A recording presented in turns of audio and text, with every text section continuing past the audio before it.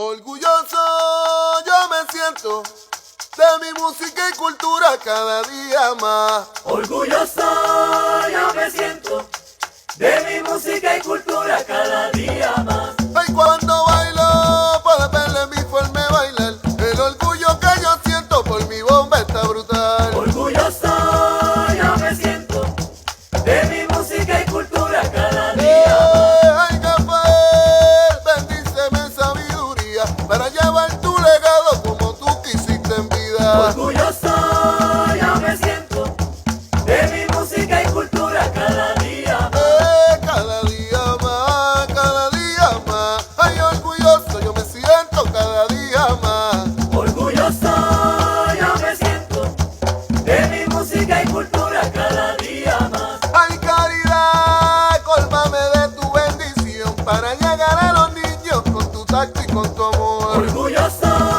yo me siento de mi música y cultura cada día más. Ay, cuando bailo yo me transporto a esos tiempos cuando el sentimiento era lo que hablaba por el cuerpo. Orgulloso yo me siento de mi música y cultura cada día más. Ay, cada día más, ay, cada día más. Ay, orgulloso yo me siento cada día más.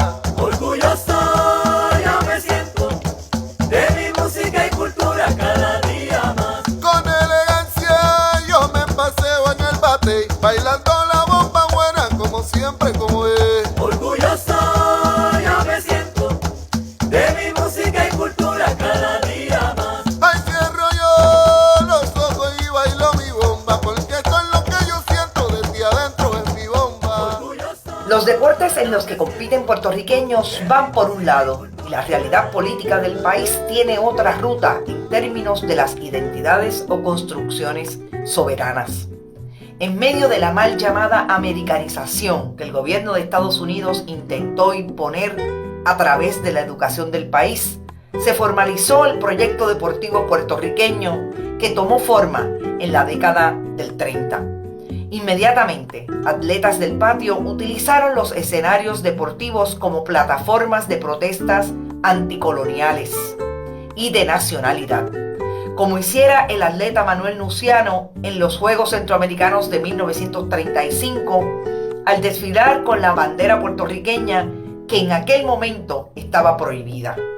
En el 1948, después de los esfuerzos diplomáticos ejercidos por Julio Enrique Monagas, Puerto Rico obtuvo su soberanía deportiva y se constituyó el Comité Olímpico del país. En 1979 se celebraron los Juegos Panamericanos en San Juan, durante la administración de Carlos Romero Barceló, que intentó socavar esa soberanía deportiva negociando a espaldas del COPUR que se entonara el himno y se izara la bandera de Estados Unidos junto a la de Puerto Rico cada vez que un atleta del patio ganara un evento. Gestión que resultó rechazada y luchada por el COPUR y que le valiera un legendario abucheo a Romero Barceló en los actos de inauguración de los Juegos. Escuchemos a uno de los que estaba allí, Flor Meléndez, entonces dirigente del equipo nacional de baloncesto puertorriqueño. Ahí está.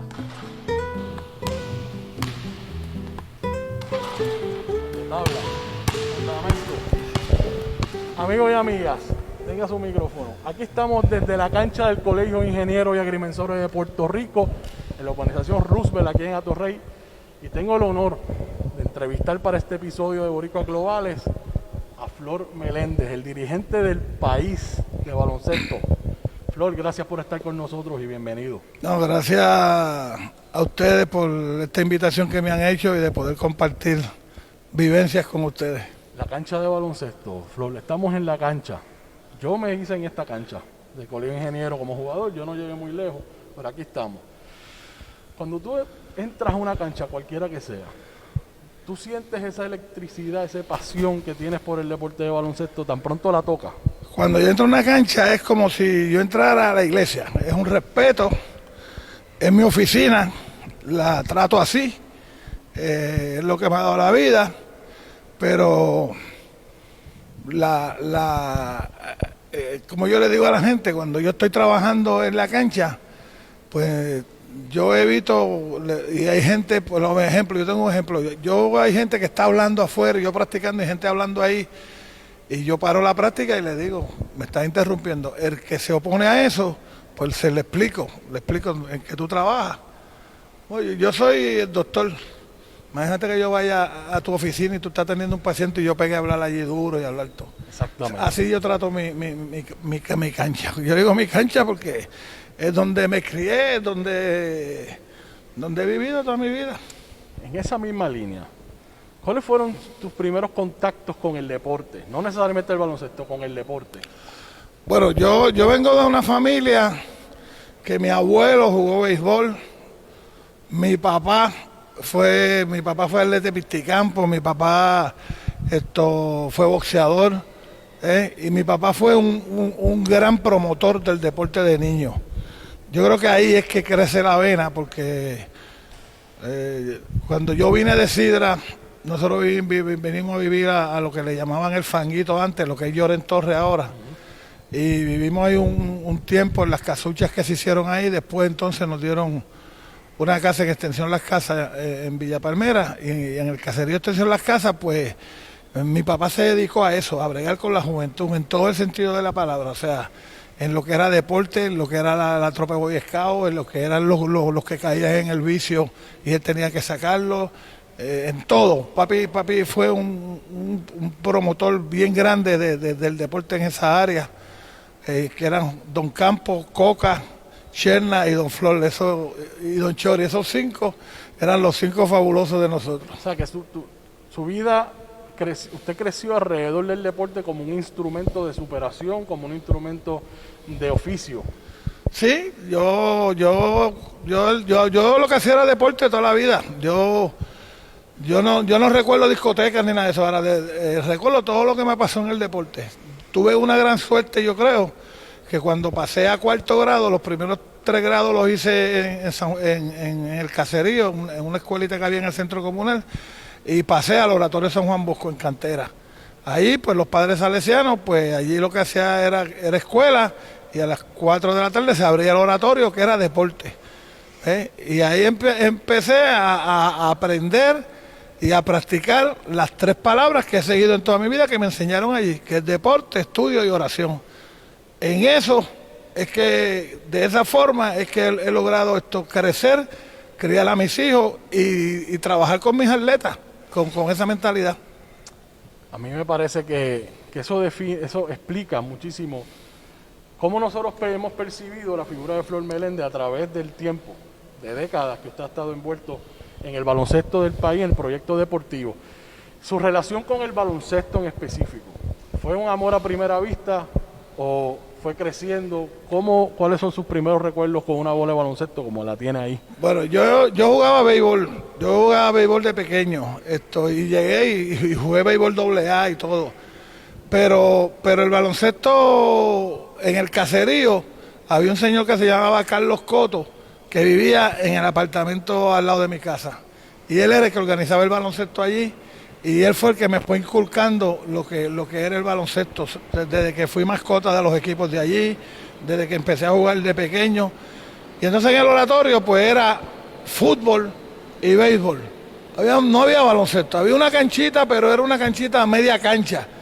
Y como yo tenía la fiebre, pues cuando yo estaba 10 años, 11 años, me entró desde ahí, sí que me entró la fiebre, y entonces hablé con mi papá y le dije, mira, yo quiero jugar baloncesto y yo quiero organizar una liga en el oratorio. Hablé con el padre Joaquín, que es la persona que yo digo que fue la persona que junto a mi padre guió lo que es mi vida ahora. Esto era mi mentor, el padre Joaquín. Y entonces el padre Joaquín me dijo, bueno, Flor, lo primero, que aquí no hay una cancha. Y yo le dije, está bien, padre, ese no es problema. Y me dijo, pero ¿cómo que no es problema? Mi papá trabaja en la construcción y yo voy a buscar todos los obreros que hay en cantera y vamos a hacer una cancha. Y hicimos una cancha. Entonces ahí, pues, cuando hicimos la cancha, yo le dije, pues padre, vamos a hacer un torneo. Y entonces hablé con mi mamá lavó, era la que pintaba los uniformes, era la que le cosía, mi mamá trabajaba de costurera y era la que le cosía las letras a los equipos. Yo hice 4 equipos, busqué 4 dirigentes y jugamos un torneo. Y el padre me dio una sorpresa cuando terminamos el torneo, diciéndome, mira, como yo he visto el interés que tú tienes y lo que has hecho aquí, yo inscribí tu equipo en una liga que se llama Little Guys, que era una liga de, ¿sabes? Era la YMCA, Alfita, la Sigma, ¿sabes? Una liga top. Seguro que sí. Y yo dije, pues está bien, padre, pues vamos a jugarla. ¿Qué hay que hacer? Me dice, lo primero que hay que ir a una reunión a la YMCA de los directivos de liga. Y yo le dije, ¿y quién va a ir? Porque ¿usted va a ir o se va a mandar a una persona? Y me dijo, no, el director de esta liga eres tú. Ahí está. Yo tenía 11 años. Entonces yo dije, padre, pero me está poniendo la meta, Se la puso difícil. la cuerda arriba. Y me dijo, no, tú eres el director, tú has sido el que ha organizado todo esto, tú eres el que le puede decir a esa gente lo que ha pasado aquí. Entonces salí afuera porque siempre mi papá, yo lo esperaba que mi papá me fuera a buscar al oratorio. Cuando papi llegó, le digo, papi, me está pasando esto. Y papi me contestó, ¿tú me has oído a mí alguna vez decir que no? O sea que el trabajo, la dedicación, el compromiso rigen de la manera que usted asume el baloncesto. O sea, porque le pusieron la bola y esto es, voy a usar el ejemplo como está, le pusieron la bola en la mano y usted tiene que correr con ella. Exacto. Y eso ha sido su vida desde entonces. Desde entonces, ahí mi papá me dijo, yo nunca le he dicho nada, a nadie le digo que no. Y mi papá pues es mi ídolo, mi papá es un ejemplo, tú sabes, para nosotros. Pues le dije que sí al padre, y el próximo sábado estaba yo en la YMCA con Millín Romero, Eddie Ríos Mellado, la gente, Félix Oglar, toda la gente grande del baloncesto, que yo no sabía ni quiénes eran, que después lo supe, cuando ya fui creciendo lo supe, y estuve en la primera reunión, que cuando me vieron sentado allí me preguntaron enseguida los directores que yo quería, que necesitaba. Yo le dije, no, yo no necesito nada. A mí me citaron a una reunión aquí, me dijo, pero ¿cómo que te citaron a una reunión? ¿De qué liga? Bueno, yo soy de la liga de San Juan Bosco. Y me dice, pero ¿dónde está el director? No, yo soy el presidente de la liga. Ahí está. A los 11 años. A los 11 años. Flor, ¿en qué momento usted pudo ver que había un proyecto deportivo y había un proyecto de país y que no necesariamente caminaban para el mismo sitio? Sabemos que cuando el proyecto deportivo empieza a formalizarse fue en la década del 30. En medio de esta americanización que intentaron hacer a través del Departamento de Educación, después vino el Estado Libre Asociado en el 52, y para esa misma fecha, en esa misma década, Puerto Rico va al primer mundial de baloncesto. Ya habíamos ido a Centroamericano y ahora vamos a un mundial. ¿En qué momento usted logra saber cuál era el rol de usted en ese proyecto deportivo que funciona como identidad nacional? Bueno, mira, a mí lo primero que yo me crié, como yo me crié en la YMCA, y yo decía que yo era un niño mayor, porque yo me pasaba siempre oyendo a los mayores. ¿Sabes que en la YMCA iba mucha gente a jugar en las tardes? Claro. A jugar paleta para la piscina cuando estaba allá en la YMCA en el tercer Conozco piso. Los cuentos de... Pues entonces yo ahí conocí gente donde conocí a tu abuelo, a Guigo. Entonces, pues, esa era gente que podían estar en la política y podían hablar de la política, pero eran deportistas.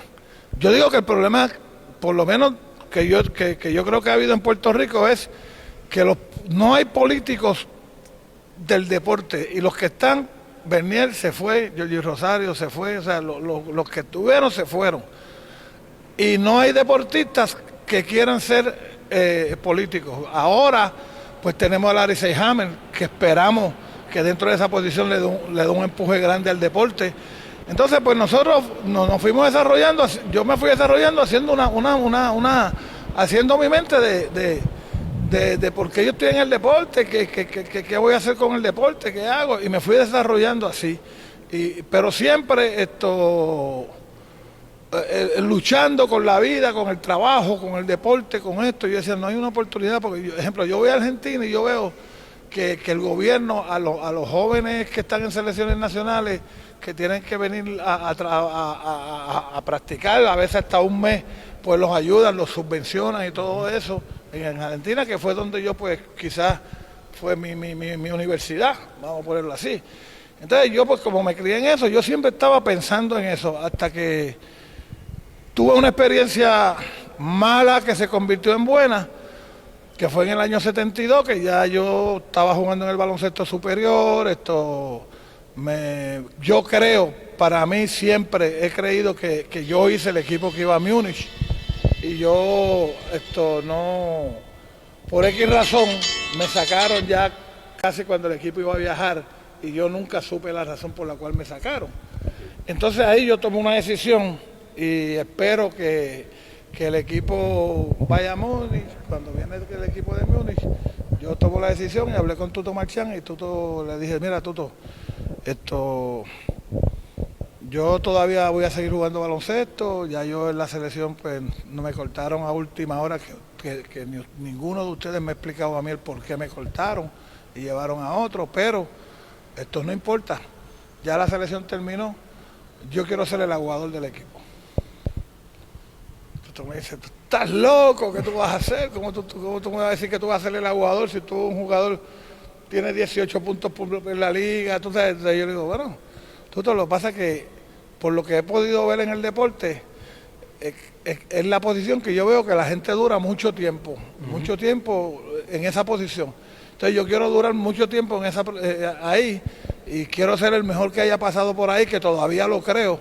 Ahora quizás los hijos de Chase han sido mejores que yo, porque son dos estrellas, pero ahí pues tomé esa decisión por una razón, porque me quería, ya tenía en mi mente ser entrenador, pero quería ser un entrenador profesional, y un entrenador profesional para defender las cosas del deporte contra el país, que es lo que he hecho toda mi vida. O sea, yo no soy un político, puedo decir que soy un deportista, pero nunca, las veces que veo que la política va en contra o ha hecho mal algo del deporte, le he salido al frente a cualquiera. En su momento a Romero Barceló, en su momento a Tuto, o sea, al que yo crea que se están haciendo cosas que no son no es a beneficio, sino que no le aporten, en el caso mío, a lo que es el baloncesto. Un proponente del proyecto deportivo y un defensor del mismo en cualquier frente, y eso está en el récord, Flor. Habló de Argentina. Sabemos que usted fue allá y ahí implementó el programa Altura, programa que usted quería implementar aquí, que tuviera continuidad. Esto fue en el 86, si no me equivoco. Sí. El programa Altura, vimos los resultados de que tuvo que haber ayudado con los resultados argentinos de ser una potencia baloncelística, campeones mundiales, campeones olímpicos. Cuando usted va fuera de Puerto Rico, ¿cómo nos perciben ellos como una nación deportiva? ¿Nos perciben como iguales o mezclan lo político con lo otro, la gimnasia con la magnesia? En un momento dado, cuando yo empezaba a salir, siempre venía la pregunta muchos me decían, ¿y dónde está Puerto Rico? Entonces yo tenía que explicarles, somos una isla del Caribe, tantos millones de habitantes, tanto esto. Y me decían, ¿y cómo es la política allí? Entonces yo le decía a la gente, nosotros ni somos un Estado, ni somos libres, ni somos asociados. En la política así lo veo yo, es que es el Estado libre asociado. No somos nada, porque sí, el gobierno da unas ayudas, el gobierno americano sí da unas ayudas, a mí no me gusta entrar mucho en este tema, pero yo creo, porque lo vivo así y lo acabo de vivir hace una semana atrás, creo que nosotros se nos quita más de lo que se nos da. Y te digo de lo que viví una semana atrás, porque estoy en Panamá comprando una medicina, que cuando llegué a Puerto Rico pedí el precio y me vale $930, que es una medicina para descoagular la sangre. Y cuando voy a Panamá me costó $75. Pero lo grande es que cuando veo le pego a leer donde viene la cajita que viene y los papeles y todo, dice made, hecho en Humacao, Puerto Rico. Esas son las famosas cosas que nosotros tenemos que son bien difíciles de explicar. Que producimos algo, hay que sacarlo y lo compramos para atrás con impuestos. Son esas cosas, esos detalles. Flor, yo para acabar, usted se ha parado en un montón de sitios y ha dicho la siguiente frase. El arma que me dieron a mí, que me pusieron en la mano para defender la patria, es una bola de baloncesto.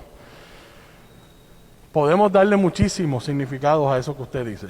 ¿Usted nos puede definir qué es lo que usted siente cuando dice eso? ¿Qué defendemos? ¿Qué defendemos de la patria en su rol como dirigente, en el desarrollo del deporte? Defínalo. Bueno, mira, a mí cuando la guerra de Vietnam me quisieron llevar a Vietnam y yo no quise ir. Okay. Y eso, como no era, yo no todavía no estaba en la palestra, pues eso nadie lo supo. Y me tuvieron a mí y al compadre mío, que es como mi hermano Georgie, nos tuvieron en Buchanan casi un mes. No nos dejaban ir, no nos dejaban esto. Hasta que un coronel, tío de Georgie, nos vio una vez en una oficina y nos preguntó qué hacíamos allí. Y yo decía, bueno, que yo no quiero ir para Vietnam a buscar nada. Yo tengo una experiencia con Vietnam que a mí en mi casa ha sido un problema grande, que es la ida de mi hermano a Vietnam, que vino muy mal y para hacerte la corta murió de sida. Entonces yo no tengo que ir a buscar a Vietnam nada, porque a mí ningún vietnamita me ha hecho nada. Yo tengo que ir allá a pelear por nada. Y cuando tenga que pelear por mi país, pues lo voy a hacer a mi manera. Y se llegó la oportunidad del baloncesto y que yo me fuera desarrollando y que yo pudiera estar en el baloncesto internacional. ¿Qué pasa? Por ejemplo, yo voy a Brasil y yo veo que Brasil hablan siempre de turismo. Eso te estoy hablando de 20, 25 años atrás. Y hablaban de turismo. Y yo decía, pues nadie habla de Puerto Rico. O sea, los brasileros para México, los brasileros para Miami, los brasileros para acá. Entonces, yo le pregunté al apoderado de mi equipo que dónde hacían ellos turismo y nadie me hablaba de Puerto Rico. Entonces yo le dije a ellos, ¿y ustedes creen que nosotros, usted, cuando me vaya a contratar a mí de nuevo, vaya a Puerto Rico y visite Puerto Rico? Y él vino. Y visitó Isla Verde, y lo visité a visitar las playas, lo llevé al área oeste de Puerto Rico, que eso es fabuloso. Y él vio todo eso. Y nos reunimos con el departamento de turismo de aquí.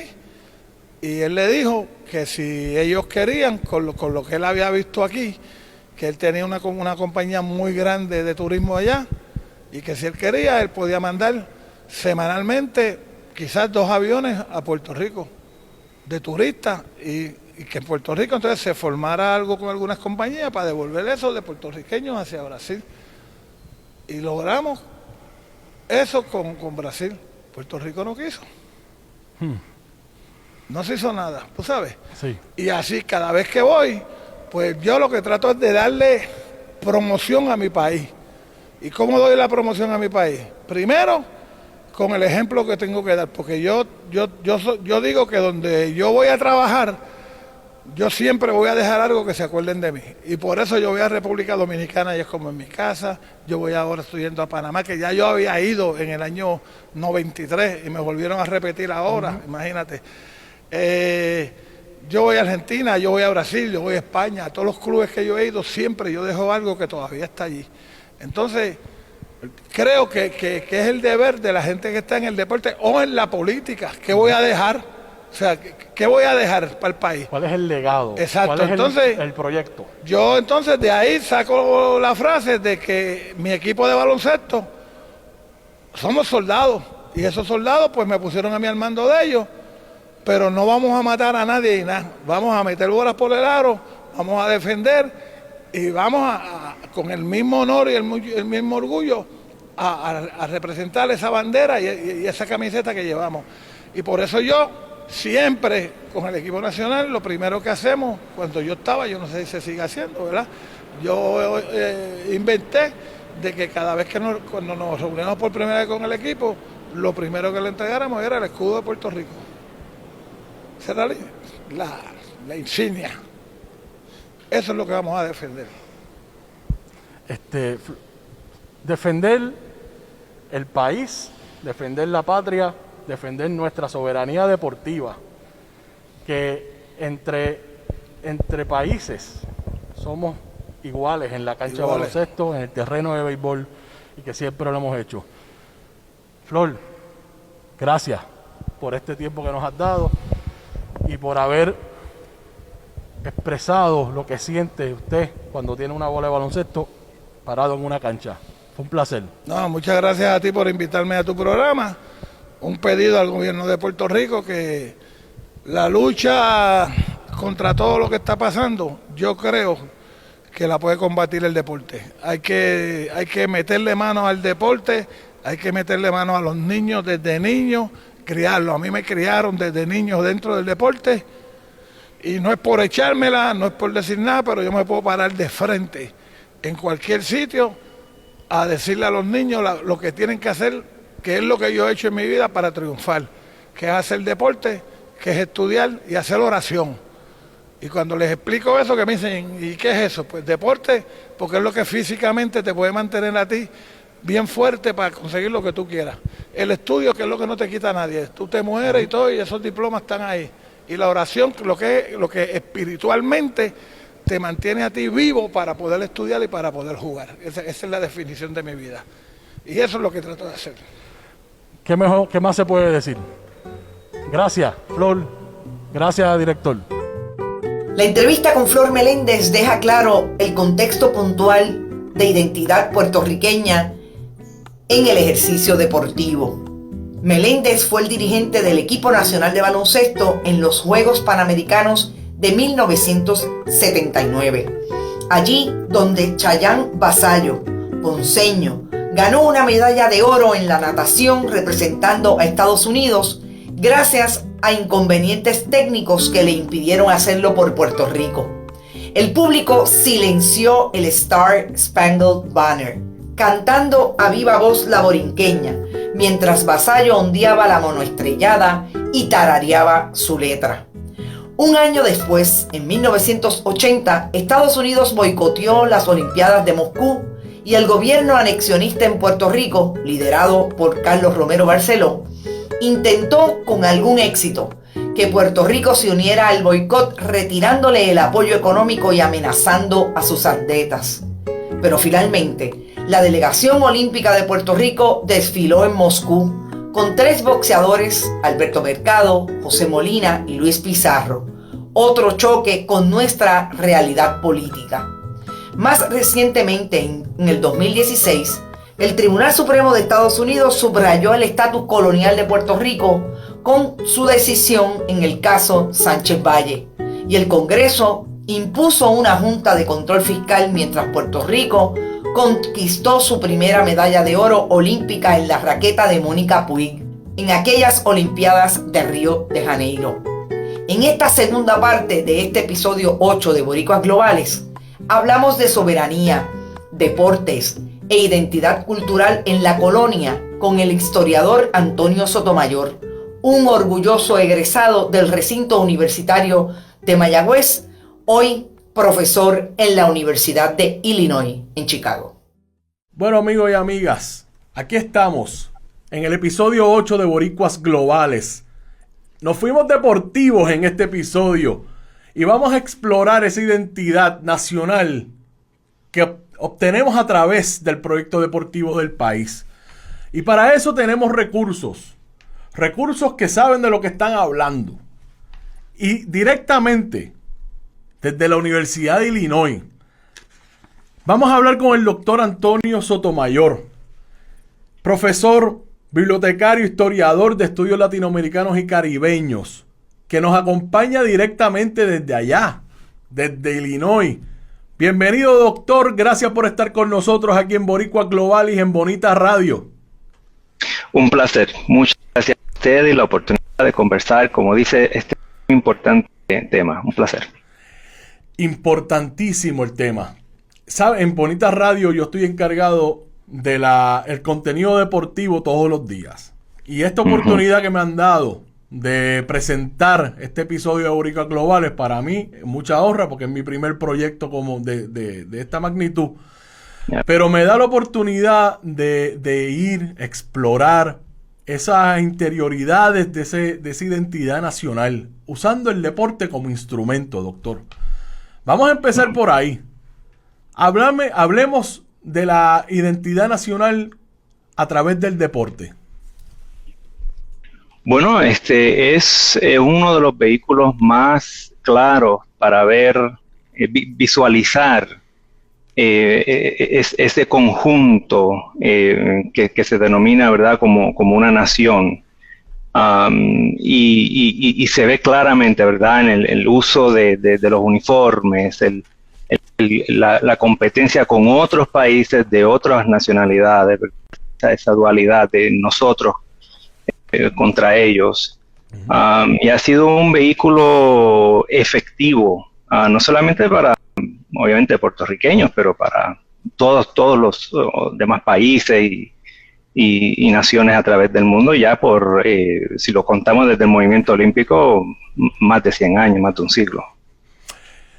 Doctor, precisamente el proyecto deportivo puertorriqueño empieza a tomar forma para allá para los años 30, particularmente en el 1930 vamos al primer centroamericano. Y ya en 1935, el abanderado de Puerto Rico, allá en los Juegos de El Salvador, Manuel Luciano había sacado la bandera de Puerto Rico, que en ese momento era ilegal, utilizando ya esa plataforma como un escenario de protesta anticolonial. Ese símbolo de la bandera, ¿cómo la podemos entrelazar con ese movimiento olímpico, ese movimiento de identidad a través de esto? No, claro, o sea, la bandera es el símbolo más claro, ¿verdad?, que sustituye a esos atletas y provee esa marca de la nación. Sabemos, ¿verdad?, por la historia de la bandera y del movimiento por la nación puertorriqueña, que tiene una historia conflictiva, la historia colonial de Puerto Rico, el territorial. Pues ese evento en el 1935 que menciona haya sido uno muy especial, porque la delegación puertorriqueña del 35 y la que participó en La Habana en el 30, oficialmente se usaba la bandera de Estados Unidos, que era la bandera oficial, y continúa siendo la oficial en Puerto Rico. Pero debo decir que ese momento que Juan Barbe bandera no fue el primero. No fue el primero. Antes de eso ya estaba otro atleta que llevó también la bandera puertorriqueña a un evento deportivo internacional. Y ese fue Nicasio Olmo, el corredor. Para allá se me olvida el año como tal, pero fue en la década de 1910 en Nueva York. Él quería llevar la bandera y le dijeron que no podía utilizarla, y pues como quiera la llevó y representaba para él, ¿verdad? Representaba a él como atleta en la nación puertorriqueña. O sea que pues, ha sido a principios de ese siglo XX, llevar la bandera puertorriqueña fue un factor, ¿verdad? Una forma de resaltar esa nación que estaba siendo oculta bajo la bandera de Estados Unidos en estas representaciones internacionales. Muy interesante eso, una nación que había estado oculta debajo de la nación de Estados Unidos. Me parece muy interesante. El proyecto, como menciona, el proyecto deportivo y el proyecto político del país han sido una contrafuerza, han sido un conflictivo, unas fuerzas opuestas. Como dije, en 1930, en los 30 que se empieza a formalizar ese movimiento, en 48 recibimos nuestra soberanía deportiva de parte del Comité Olímpico Internacional, y en ese momento que hay ya se va formando lo que vamos a conocer como el proyecto del Estado Libre Asociado en 1952, pero ya ya estamos yendo a mundiales en el 59, fuimos a esas Olimpiadas en el 48.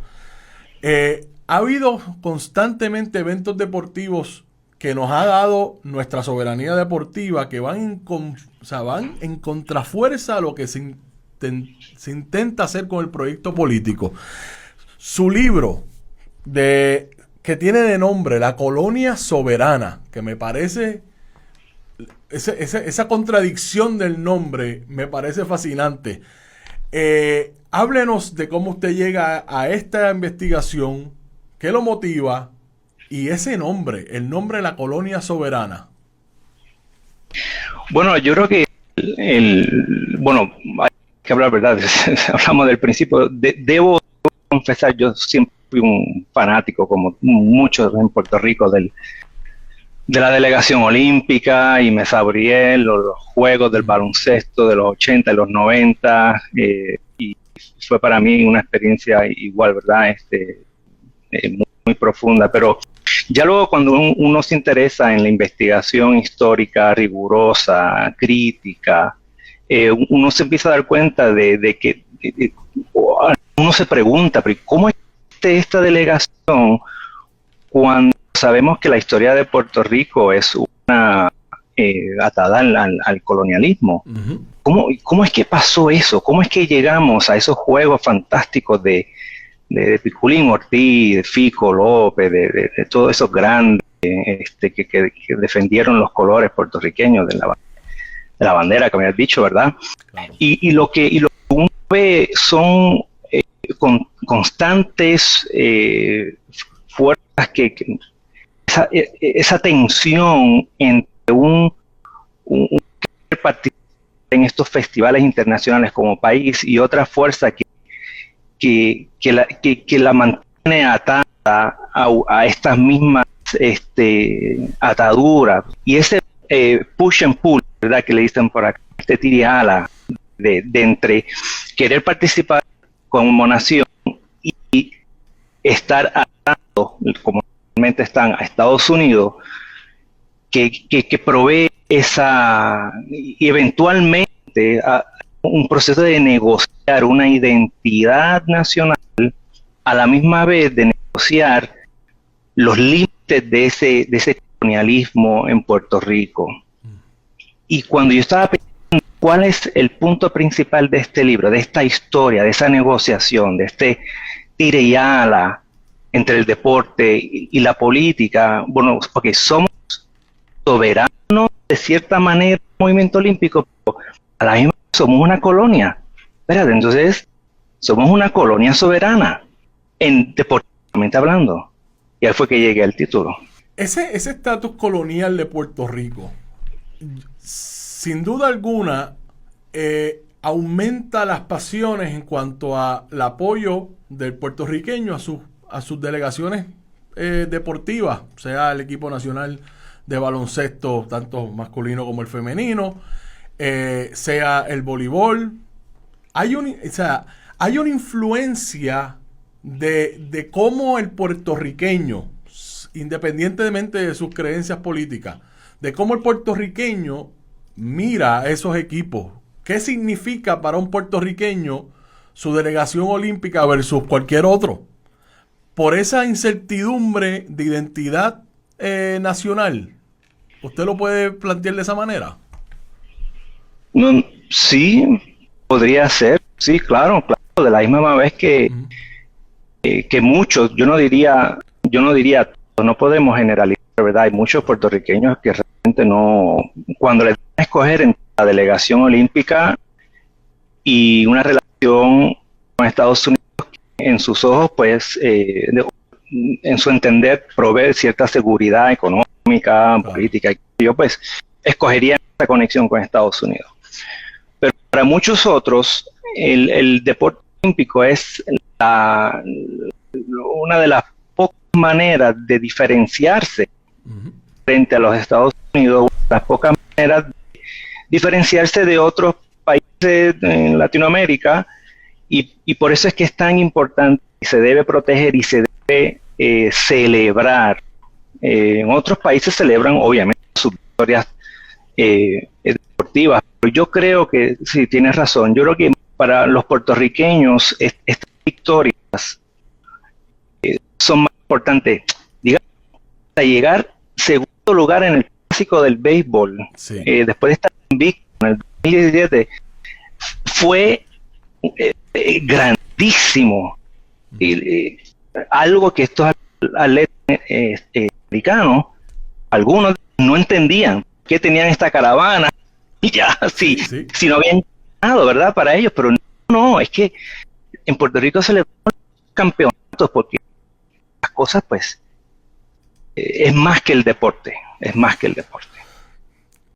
Definitivamente, hay un elemento muy pasional cuando hablamos de deportes puertorriqueños, particularmente cuando vamos fuera de nuestra frontera del archipiélago a representar nuestros colores, y se transmite. Por ejemplo, usted da el ejemplo, perdone que lo diga dos veces, dio el ejemplo usted del equipo de béisbol del Mundial del 2017, que cariñosamente los conocimos como el equipo rubio, porque ellos se pintaron los pelos de rubio como un mecanismo para diferenciarse de todos los demás, precisamente.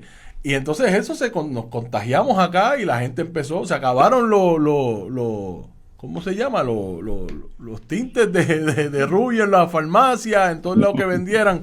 Fue un fenómeno, y yo creo que fue parte de eso que usted bien nos habla, y que bien propone en su libro, de esa identidad nacional que el deporte ofrece, en Puerto Rico particularmente.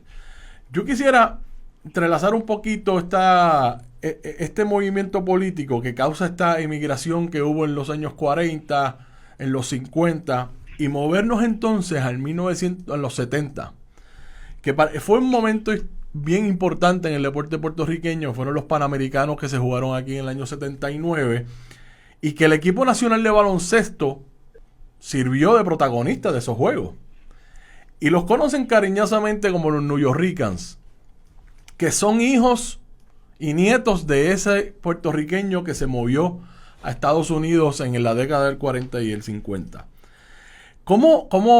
Si puede compartir con nosotros cómo usted cree que esa influencia del deporte puertorriqueño tuvo en esos hijos de puertorriqueños que se movieron, que aunque estuvieron allá, nacieron allá y se criaron, estaban criándose en Estados Unidos, en Nueva York en este caso, sintieron los lazos de venir a jugar por Puerto Rico y hacerlo de la manera que hicieron en el 79, que jugaron esa final con Estados Unidos? ¿Cómo podemos entrelazar ese proyecto con esa diáspora y esos atletas que vinieron a jugar aquí en el 70?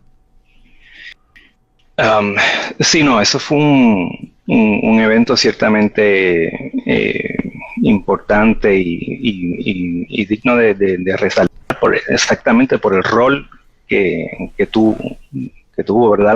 La diáspora en representar los colores puertorriqueños, y la diáspora, no solamente la puertorriqueña, sino la de muchos otros países, naciones, pues han tenido parte importante en diferentes proyectos de país o hasta revoluciones, ¿verdad? Sabemos que la Liga de los patriotas cubanos, puertorriqueños en Nueva York lideraron las guerras de revolución o de independencia contra España a finales del siglo XIX. Y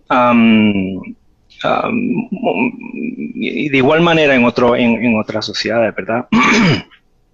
Por lo que entonces, si vemos esos atletas que formaron parte de la delegación del baloncesto del 79, vemos otro momento más en que la diáspora tiene un rol importante en defender los colores y en la creación, ¿verdad? El nutrir de los sentimientos de identidad nacional. Un evento más, y en este caso pues lo vemos en el deporte, y un deporte que es muy importante importante para los puertorriqueños como es el baloncesto, muy, muy popular. Que no fueron del todo aceptados por venir dentro, ¿verdad?, del que llamaría, ¿verdad?, el imperio de Estados Unidos, ¿verdad? Y por lo tanto ya estar un poco manchados con esa marca de venir de allá. Y es parte de esa condición colonial. O sea, la diáspora es importante, pero esta diáspora en particular es especial porque viene de adentro de las entrañas del colonizador, como algunos le llamarían. Uh-huh. Y en ese sentido, pues es conflictivo una vez más ese performance, ¿verdad? Esa delegación del 79. A mí me parece muy interesante esa historia que vivimos a través de ese equipo, porque pues, el equipo del 79 representó a muchísimas personas como hijos de Puerto Rico que regresan en algún momento y que posiblemente que vamos a estar viendo próximamente, porque tuvimos ese movimiento de puertorriqueños a Estados Unidos, particularmente después de los desastres naturales de los huracanes y los terremotos, que vuelve y se repita. A lo mejor se está repitiendo la historia en términos de esa migración, de ese movimiento ciudadano. Quiero hablar de la historia deportiva puertorriqueña. Parecería, doctor, que no está disponible, que no existe un proyecto en Puerto Rico. Por ejemplo, usted allá desde la Universidad de Illinois está a cargo de todo lo que en términos literarios existe de historia latinoamericana y caribeña. En Puerto Rico pareciera que la historia deportiva no está tan disponible. Está ahí, pero no hay un proyecto para educar a los jóvenes puertorriqueños en las instituciones educativas y a la población en general de esa rica historia puertorriqueña y cómo esa historia nos une más a nuestra identidad nacional. Bueno, sí, los archivos, las bibliotecas, ese patrimonio documental que todos los países tienen son el corazón de estos países, ¿verdad? Y no sabemos quiénes somos, sino sabemos de dónde venimos. Y esta conversación es mucho más grande que el tema de la documentación deportiva. A mí se ve como la precariedad del Archivo General, la precariedad del Instituto de Cultura puertorriqueño. Pero si nos mantenemos en la cosa del deporte, instituciones como el Museo Biblioteca Olímpica en Salinas, pues también están en situación precaria, y muchas colecciones dispersas que no permiten el estudio sistematizado, riguroso, histórico, para entender bien ese pasado del deporte y cómo ha podido, ¿verdad?,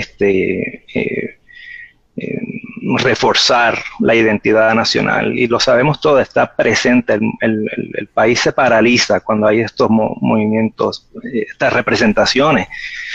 Pero entonces ese aparato documental del archivo, de la biblioteca en torno al deporte, pues no tiene el mismo empuje ni el apoyo. Entonces pues está todavía, y en algunas colecciones están escuchando, ¿verdad?, en vanes, en carros, así, que no están bien protegidos. Entonces pues esas cosas hay que yo como bibliotecario encargado de una colección de casi 1 millón de volúmenes que hay que proteger para entenderlo bien y continuar con proyectos culturales que apoyen proyectos de país más grandes. A mí me parece que es sumamente importante. Y esos proyectos no parecen estar presentados. estoy claro de que ha habido acercamientos para poner proyectos en marcha y por alguna razón nunca se concretan. Y esa historia, eso que usted propone a través de su libro, esas investigaciones esa investigación que usted bien hizo, nos da la esperanza de que podamos todos conocer esa historia deportiva y que podamos relacionarnos con la identidad nacional que eso nos da, doctor.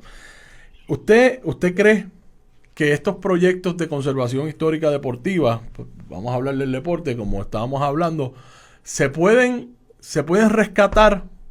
Tendremos esa no solamente la voluntad, sino la mente, el conocimiento, la voluntad de hacerlo, de rescatar esa historia deportiva, a lo mejor implementarlo en cursos de educación pública.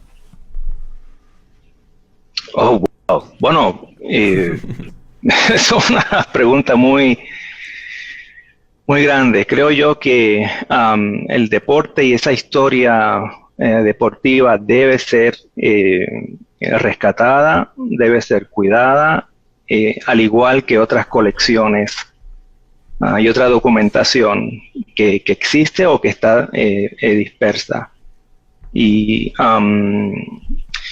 de la misma manera que hay voluntad política para celebrar, ¿verdad?, estas victorias, estos eventos internacionales, pues debe haber también esa voluntad de reconocer que cuando se protegen colecciones de archivos, de bibliotecas, de cualquier campo del conocimiento en Puerto Rico, pues debe incluirse con esa misma pasión que tenemos al deporte como espectáculo, protegerlo como un patrimonio de la historia, del conocimiento del país.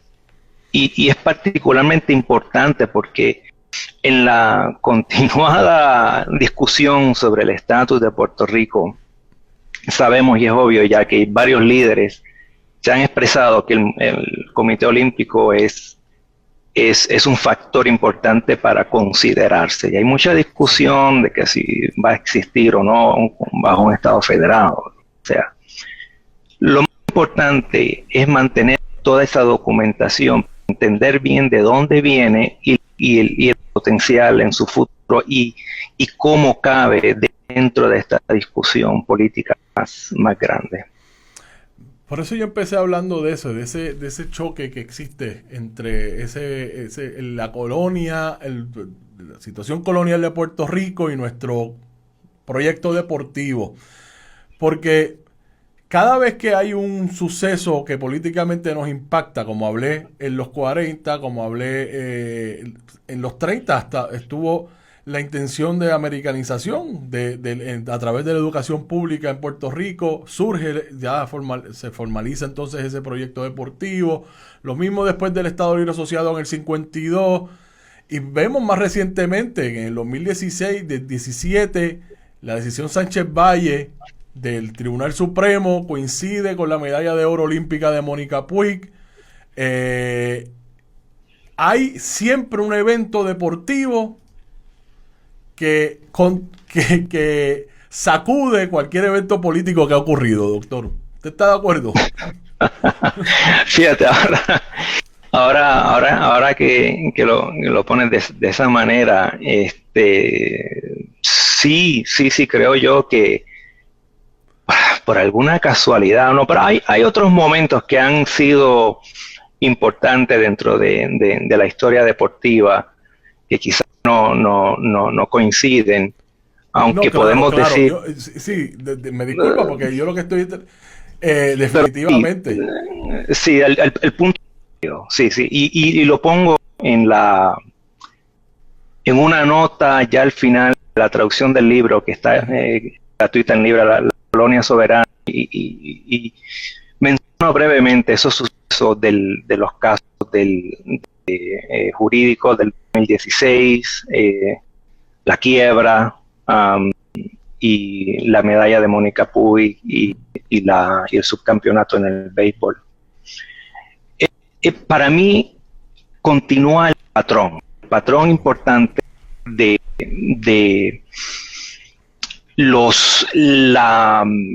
¿cómo se dice? La inestabilidad política de estatus y económica, ¿verdad?, en Puerto Rico, a la misma vez de unas victorias, unas estas actuaciones, ¿verdad?, de los equipos nacionales que unen al país, que le dan un respiro emocional al país, a las personas, y a la misma vez sigue forjando esa identidad nacional que se ve fragmentada exactamente por esos mismos procesos políticos que mencionas, de los casos de los tribunales del 2016, de la construcción del ELA en los 50, de la inestabilidad de los 30, y cabe mencionar que había dicho sobre la inestabilidad dentro del movimiento olímpico. Podríamos hablar otro episodio de esto, sobre cómo el nacionalismo y el deporte no siempre iban de la mano. El mismo Partido Nacionalista rechazaba la delegación olímpica exactamente porque llevaban la bandera norteamericana, estadounidense a los Juegos Olímpicos. Entonces no había una correlación paralela entre estas delegaciones nacionales, delegaciones de Puerto Rico y el movimiento de proyecto nacionalista. Temprano iban totalmente opuestos, pero eso es para otro proyecto quizás. Mejor no pudimos acabar esta conversación porque el tiempo nos traiciona, pero doctor, eso bien que usted dice que tenemos que dejarlo en suspensivo, porque esta conversación es para horas de estar analizando esto y hablándolo con una persona con sus conocimientos y su posición. Me parece a mí extraordinaria conversación que vamos a seguir teniendo sin duda alguna. Yo quiero acabar dándole las gracias por sacar este tiempo, por estar con nosotros, por el trabajo que hace desde la institución de la Universidad de Illinois y que ese legado que usted deja, que como usted dijo está disponible para que todo el mundo la lea, la Colonia Soberana, la pueden encontrar a través de las redes. Sí, acceso abierto. Agradecerle por ese trabajo, doctor. No, gracias por la oportunidad, gracias por darle espacio a este tema tan integral en la discusión del Puerto Rico de hoy, del de ayer y de donde queremos llegar. Así será siempre. Doctor Antonio Sotomayor, muchísimas gracias por estar con nosotros. Esperemos hablar pronto. Le enviamos un abrazo desde acá, desde Puerto Rico. Igual. Bien. Muchas gracias. Bien. Bueno, amigos y amigas, ese fue el doctor Antonio Sotomayor, profesor, bibliotecario y historiador de la Universidad de Illinois, producto de la educación puertorriqueña, graduado de la Universidad de Puerto Rico, recinto de Mayagüez. Este tema de la identidad nacional a través de nuestro proyecto deportivo, a mí y a nosotros aquí en Bonita Radio, nos parece un tema sumamente puntual e importante. Es un tema que hay que discutirlo, porque nos parece que en nuestro proyecto de país, hablamos mucho de eso, de proyecto de país, proyecto deportivo, esa contrafuerza que como bien nos explica el doctor Sotomayor, esa contrafuerza que los eventos deportivos ejercen en esa fuerza política, aparenta tener suficiente fuerza para que vaya progresando esa identidad nacional a través de nuestro proyecto deportivo. Por eso es que nosotros somos tan apasionados con nuestros deportes, porque a través de nuestros atletas nos reconocemos alrededor del mundo y somos iguales en los ojos de los demás en esos escenarios deportivos. Este ha sido Boricuas Globales, episodio número 8, que nos fuimos deportivos desde el deporte. Yo quiero agradecer a Carmen Enita Acevedo, a Bonita Radio por darme la oportunidad de presentar este programa para todos ustedes y agradecer que existan personas como nuestros entrevistados en este programa, que son embajadores de esa identidad nacional, de esa historia deportiva. Esto ha sido el episodio número 8. Gracias a nuestros auspiciadores, la Cooperativa de Vega Alta, la Cooperativa Abraham Rosa, por estar ahí ayudando a Bonita Radio a llevar estos programas a todos ustedes. Yo soy Rodrigo Otero Goico y esto ha sido Boricuas Globales, episodio 8. Nos vemos en la próxima. Orgulloso yo me siento.